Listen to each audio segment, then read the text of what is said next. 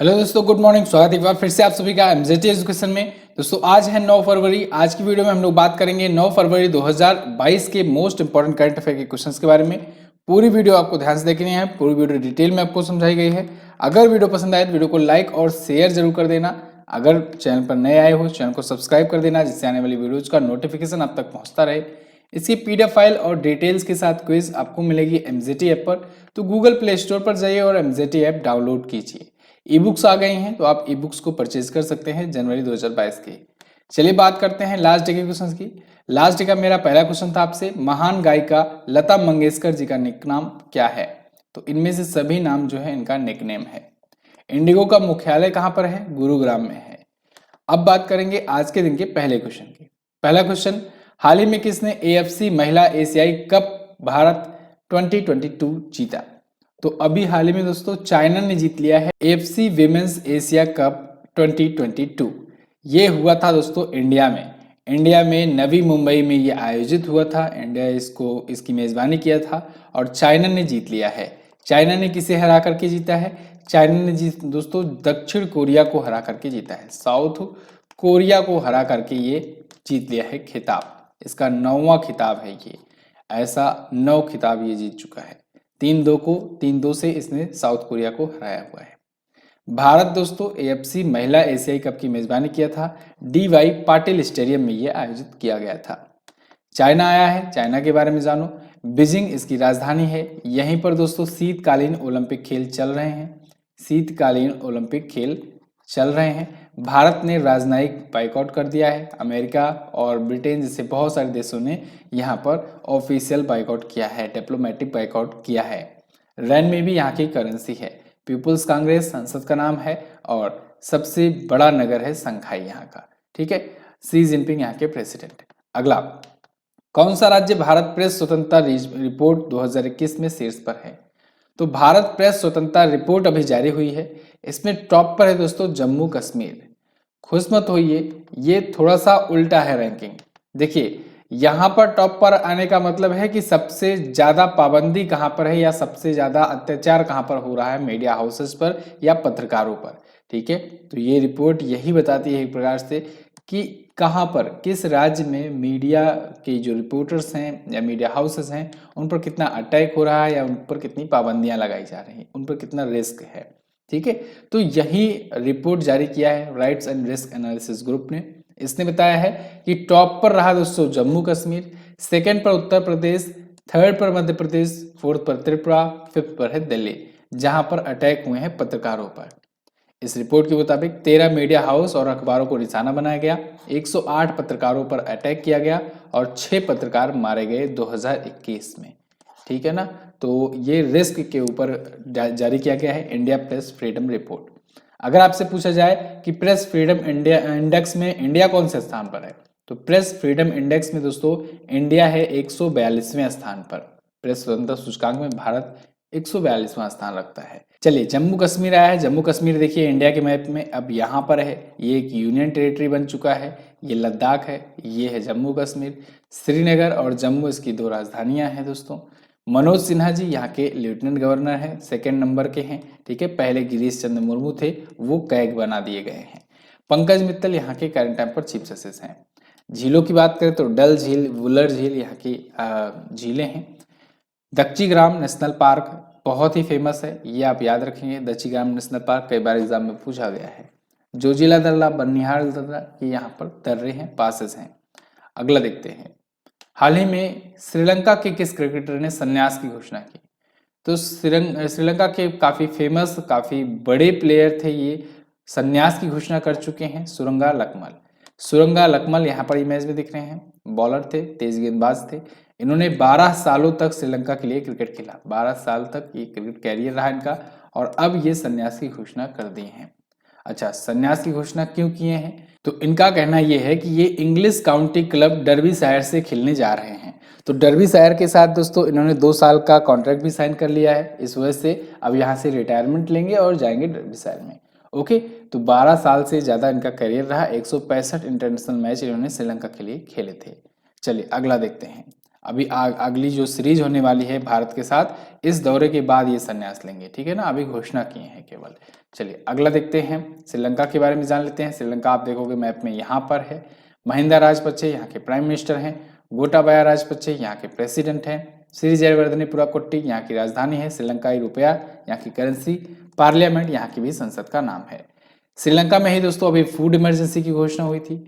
Food emergency की घोषणा हुई थी, ये आपको याद रखना है। इसके अलावा अभी भारत के एग्जिम बैंक ऑफ इंडिया ने, export import bank of India ने दोस्तों 500 मिलियन डॉलर की क्रेडिट लाइन का विस्तार किया था, ठीक है ना, तो ये भी आप याद रखेंगे। अगला, हाल ही में किसे पोसोको के सीएमडी का अतिरिक्त प्रभार सौंपा गया? तो पोसोको के अतिरिक्त सीएमडी बन गए हैं दोस्तों। सीएमडी का या अतिरिक्त प्रभार या कहें कि एक्स्ट्रा चार्ज मिला है किसे? एस.आर. नरसिम्हन जी को। एस.आर. नरसिम्हन जी यहाँ पर आपको में दिख रहे हैं। इनको chairman and managing director POSOCO का बनाया गया है। इसको एक प्रकार से कहें कि एक्स्ट्रा चार्ज इनको दिया गया है। तो ये पोसोको क्या होता है? पोसोको यानी power system operation corporation limited, एक कंपनी है, ठीक है। तो पोसोको वगैरह में ये काम करने का काफ़ी अनुभव भी रखते हैं। 3 दशक से ज़्यादा यानी 30 साल के आसपास में इनके पास एक्सपीरियंस है। पोसोको की स्थापना 2010 में हुई थी। नई दिल्ली में ये हेडक्वार्टर है। अगला, सेल्स फोर्स स्किल इंडेक्स 2022 में फर्स्ट रैंक किसकी है? तो सेल्स फोर्स की अभी स्किल इंडेक्स आई है, ग्लोबल स्किल इंडेक्स, इसमें टॉप पर है भारत। इसमें बताया गया है कि इंडिया टॉप पर है डिजिटल स्किल रैंकिंग में, रीडनेस रैंकिंग में, और ये रैंकिंग जारी करता कौन है? Salesforce, global digital skill index में। भारत ने 100 में से 63 अंक प्राप्त किए हैं। 19 देशों में सबसे ज्यादा तत्परता सूचकांक के साथ भारत है टॉप पर, शीर्ष पर। ओके, अगला देखते हैं। हाल ही में आईसीआईसीआई लोम्बार्ड ने साइबर बीमा के लिए किस बैंक के साथ समझौता किया? तो आईसीआईसीआई लोम्बार्ड ने दोस्तों अभी एयरटेल पेमेंट्स बैंक के साथ समझौता किया है साइबर बीमा के लिए, साइबर इंश्योरेंस के लिए, ठीक है। तो साइबर इंश्योरेंस करेगा मतलब जैसे किसी पर साइबर अपराध हो जाता है, ठीक है, साइबर क्राइम या साइबर धोखाधड़ी का जो कोई शिकार हो जाता है, तो फिर कैसे उसकी संपत्ति वापस ली जाए, इस पर भी इंश्योरेंस हुआ रहेगा, तो फिर वापस आ जाएगा, ठीक है ना। तो साइबर बीमा पॉलिसी ग्राहकों को banking, credit card, debit card, चोरी की पहचान या फिशिंग मामले या ईमेल स्पूफिंग आदि से संबंधित जो भी वित्तीय धोखाधड़ी होती है उसमें ये फाइनेंशियली हेल्प प्रदान करेगी। इसके लिए क्या करना है? कस्टमर को एयरटेल थैंक्स ऐप डाउनलोड करना है और बहुत ही सिंपल तरीके से ये कुछ ही मिनटों में साइबर बीमा पॉलिसी खरीद सकते हैं। एयरटेल पेमेंट्स बैंक की स्थापना 2017 में हुई थी। हेडक्वार्टर नई दिल्ली में है। एमडी और सीईओ है अनुव्रत विश्वास। वहीं आईसीआईसीआई लोम्बार्ड जनरल इंश्योरेंस का हेडक्वार्टर मुंबई में है और इसके एमडी और सीईओ हैं भार्गव दास गुप्ता। अगला, हाल ही में महारानी एलिजाबेथ द्वितीय ने अपने शासन की कौन सी वर्षगांठ मनाई? तो महारानी एलिजाबेथ द्वितीय दोस्तों अपने शासन की 70वीं वर्षगांठ मना रहे हैं। इनके इंग्लैंड पर, ब्रिटेन पर शासन करते हुए 70 वर्ष पूरे हो गए हैं। 70 सालों से ये वहां पर दोस्तों शासन कर रहे हैं। ये जब इनके पिता की डेथ हुई किंग जॉर्ज 6, तो इनकी मृत्यु के बाद 1952 में ही ये बन गई थी महारानी ब्रिटेन की। तो महारानी बन गई और तब से अब हो गया है 70 वर्ष, 70 साल हो गया है। ये दुनिया में अभी तक सबसे ज्यादा, सबसे लंबे समय तक शासन करने वाले सम्राट के रूप में अभी जिंदा है, ठीक है ना, किसी संप्रभु राज्य के रूप में। फ्रांस के लुई 14वें का भी रिकॉर्ड इन्होंने तोड़ ही दिया था। 2007 से ही ये सबसे लंबे समय तक जीवित रहने वाली ब्रिटिश सम्राट बनी थी। 2017 में अभी ये इन्होंने सफायर जुबली मनाया। ओके, तो यूनाइटेड किंगडम यानी यूके और 14 और जो राष्ट्रमंडल देश हैं उनमें दोस्तों, उनमें रानी कौन है? महारानी एलिजाबेथ द्वितीय हैं। तो इनकी शासन की 70वीं वर्षगांठ अभी मनाई गई है। अच्छा, ई बुक आ गई है दोस्तों, जनवरी की हिंदी वाली भी आ गई और जनवरी की इंग्लिश वाली भी आ गई। तो जिनको इंग्लिश में चाहिए इंग्लिश वाली जाकर के ले सकते हैं ऐप पर, और जिनको हिंदी में चाहिए हिंदी वाली ले सकते हैं। इसमें आपको हर एक चैप्टर डिटेल्स के साथ पढ़ाया गया है, डिटेल्स के साथ इसमें बताया गया है। इसके अलावा दोस्तों आपको फ्री में प्रैक्टिस सेट भी दिया जाता है। तो यानी डिटेल्स के साथ आप थ्योरी पढ़ो चैप्टर बाय चैप्टर, पूरा जनवरी मंथ का कंप्लीट पैकेज, और इसके बाद आप प्रैक्टिस सेट भी सॉल्व कर लो लगभग 150 क्वेश्चंस का। दोस्तों 100% अगर आपको चाहिए स्कोर करंट अफेयर में तो आप हमारी ई बुक्स ले सकते हो।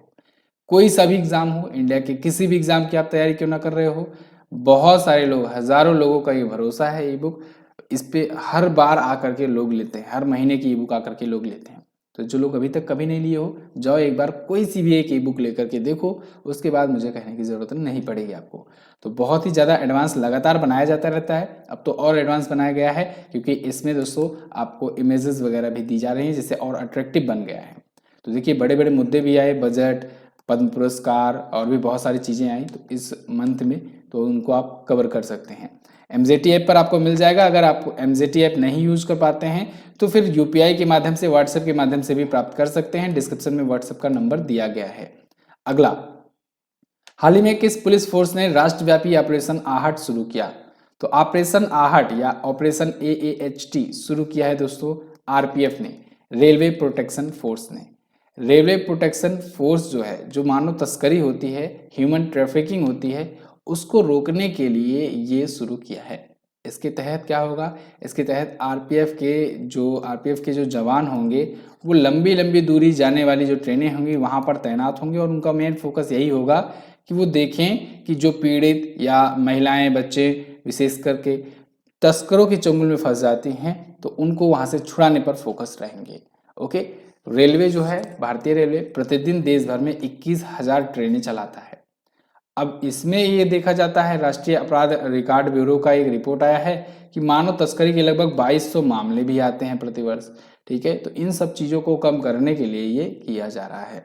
रेलवे प्रोटेक्शन फोर्स की स्थापना 1872 में हुई थी। नई दिल्ली में हेडक्वार्टर है और महानिदेशक हैं संजय चंद्र। कौन है? संजय चंद्र। अगला क्वेश्चन, हाल ही में विक्रम साराभाई अंतरिक्ष केंद्र के नए निदेशक कौन बने? तो विक्रम साराभाई स्पेस सेंटर, इसके दोस्तों नए निदेशक बन गए हैं कौन? Doctor S Unnikrishnan Nair. कौन? Doctor S Unnikrishnan Nair. यहाँ पर आपको इमेज में दिख रहे हैं, ये होंगे विक्रम साराभाई स्पेस सेंटर के नए निदेशक, नए डायरेक्टर।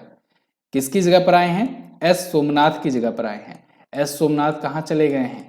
S सोमनाथ इसरो के दोस्तों बन गए हैं अध्यक्ष। ठीक है ना, इसरो के नए निदेशक बन गए हैं। इसरो के नए निदेशक ये K सिवान जी की जगह पर आए हैं, तो ये भी आप याद रखेंगे। ओके, बेसिकली दोस्तों ये इसरो का ही एक यूनिट है, विक्रम साराभाई स्पेस सेंटर, तो इसरो का ही यूनिट है। तो यहाँ पर जो इसके निदेशक रहते हैं उसमें देखा जा रहा है आगे चल करके वो इसरो के ही निदेशक बन जाते हैं। अभी मैं आपको लिस्ट भी दिखा रहा हूँ। Okay, Vikram Sarabhai space centre जो है इसरो का ही यूनिट है, 1963 में स्थापित हुआ था। तिरुवनंतपुरम केरल में इसका हेडक्वार्टर है। तो यहाँ पर देखिए लिस्ट दोस्तों, देखिए पहले डॉक्टर के सिवान से देखते हैं। 2015 से 2018 तक ये विक्रम साराभाई स्पेस सेंटर के अध्यक्ष थे। फिर 2018 से ये इसरो में बने, इसरो के अध्यक्ष बने। तो इनकी जगह पर आ गए कौन? श्रीधर पानिकर सोमनाथ, यानी S सोमनाथ। S सोमनाथ 2018 से 2022 तक रहे VSSC के निदेशक, और इसके बाद अभी ये कहाँ पर चले गए? इसरो में आ गए हैं। इसरो के नए निदेशक बन गए हैं 2022 में। ठीक है, तो अब इनकी जगह पर कौन आ गए हैं? Doctor S Unnikrishnan Nair.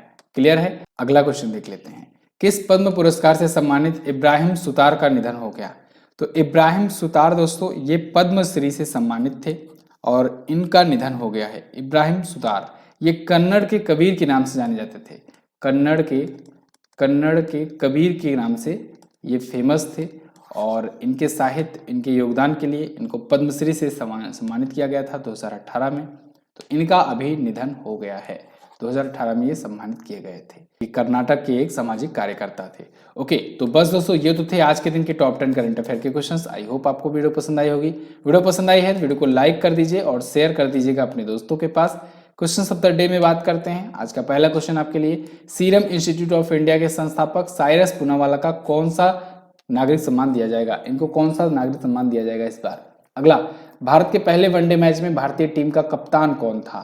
दोनों क्वेश्चन अच्छे क्वेश्चन है, दोनों के बारे में आपको जो पता हो डिटेल में जरूर आंसर करने का प्रयास करना। वीडियो अगर पसंद आई है तो लाइक और शेयर कर देना। किसी भी इंफॉर्मेशन के लिए, क्विज के लिए, ई बुक के लिए, कोर्स के लिए आप MCT ऐप डाउनलोड कर सकते हो। मिलते हैं दोस्तों अगले दिन की वीडियो में, तब तक के लिए नमस्कार, जय हिंद, वंदे मातरम।